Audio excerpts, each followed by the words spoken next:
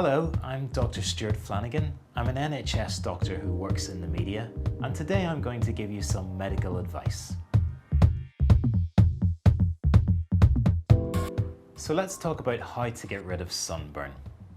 Well, sunburn is something that happens when our skin is exposed to ultraviolet radiation from sun rays, and it's an acute inflammatory response.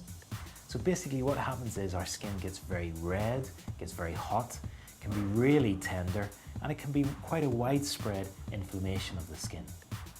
You're particularly prone to sunburn if you've got light skin and fair hair, but any of us can be affected if we stay in the sun for prolonged periods, particularly around the middle part of the day.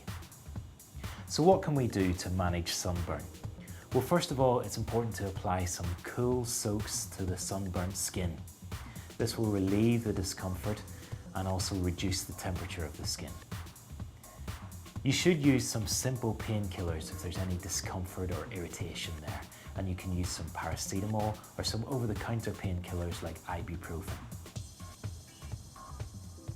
Also, it's really important not to go back out into the sun because this can make sunburn worse and can make it much more uncomfortable. In terms of preventing sunburn, there's a couple of things we can all do. Some of the very simple methods are to slop on the sun cream, slip on a shirt, and slap on a hat. Anytime we go into the sun, these methods will protect us against the sun's rays and make sure we don't get affected by sunburn. The most important of those is probably to slap on the sun cream, and it's really important to use a high factor, particularly if you're light-skinned and fair-haired. If you've got a child with you or a baby, then it's really important to use a high factor for them as well, and I definitely recommend over factor 25 for any children or babies. Also, when we're out in the sun, it's really important to drink plenty of fluids and keep well hydrated.